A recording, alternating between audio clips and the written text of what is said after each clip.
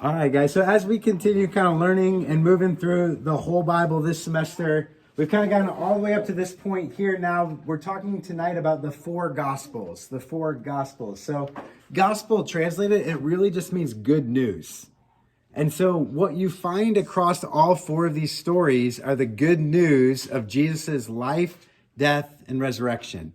One story, kind of like we had one story of the basketball game. Two teams showed up. Two teams played a game, one team won. Like that was the story. What you got in the circle were four different perspectives on how that story unfolded. When we talk about the gospel, we're talking about the life, the death, and the resurrection of Jesus. And you get four different perspectives from Matthew, from Mark, from Luke, and from John. And I wanted to show you Luke chapter 1 is how we know this. If you look at chapter 1, verse 1, this is how it starts out. It says, "Many have undertaken to draw up an account of the things that have been fulfilled among us." So Luke comes right out and says, a lot of different people have been talking about this story. A lot of different people have even written this story down. Just as these stories were handed down to us by those who from the first were eyewitnesses and servants of the word. Luke is probably getting his story from a variety of people who saw Jesus' life, death, and resurrection. Mark probably gets his story from Peter, someone who saw Jesus' life, death, and resurrection.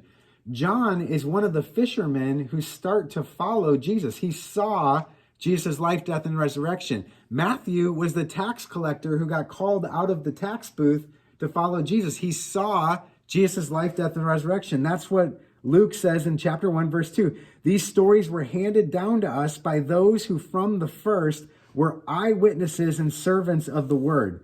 With this in mind, since I myself have carefully investigated everything from the beginning, I too decided to write an orderly account for you, most excellent Theophilus, so that you may know the certainty of the things you have been taught.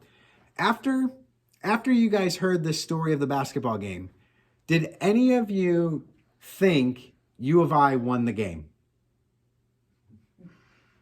No, you would say after hearing four different perspectives, with certainty, U of I lost. What Luke says is that when you hear how many different people saw the life, death, and resurrection of Jesus, and when you hear them tell their story, you begin to realize like you can believe this story with certainty. You can know for sure that Jesus lived, that Jesus died, and that Jesus rose from the dead. If not, all of these people are liars. Like all the eyewitnesses, all the people. And as Christ followers or as people who believe in Jesus, these four stories, these four historical documents may be the four most important pieces of historical document that we have. Because these are how we know the story of Jesus' life, death, and resurrection. If you had the entire Bible minus these four stories, we wouldn't know about Jesus' life. We wouldn't know about his birth story that we celebrate at Christmas. We wouldn't know about when he was 12 years old, he went to the temple. We wouldn't know about the miracles that he did or the teachings that he delivered. We wouldn't know about his trial and how he was handed over from the Jews to the Romans and crucified on a cross. It's what we celebrate at Easter. It's what we talk about this week, Holy Week. We wouldn't know about the empty tomb where Jesus apparently rose from the dead. We wouldn't know any of that stuff. If you had all the rest of the Bible, but not these four documents, you would not know about the life, death, and resurrection of Jesus. And so when we think about how important these four letters are, it makes sense that as Christ followers or as people who believe in Jesus, we spend a lot of time looking at and talking about these couple of books. They're the most important books that we have. They're how we know the gospel, the life, the death, and the resurrection of Jesus. And what's cool about it, and what I think is cool about the Bible, is that we get four different perspectives on it. Four different perspectives on one story. And that helps us to see some of the differences and some of the cool kind of perspective shifts that you get from each author. But it also helps you see where all of them kind of overlap in the stories that they tell. Just like in all the stories we heard in our circle tonight, there was some unique perspective, and then there was some shared perspective.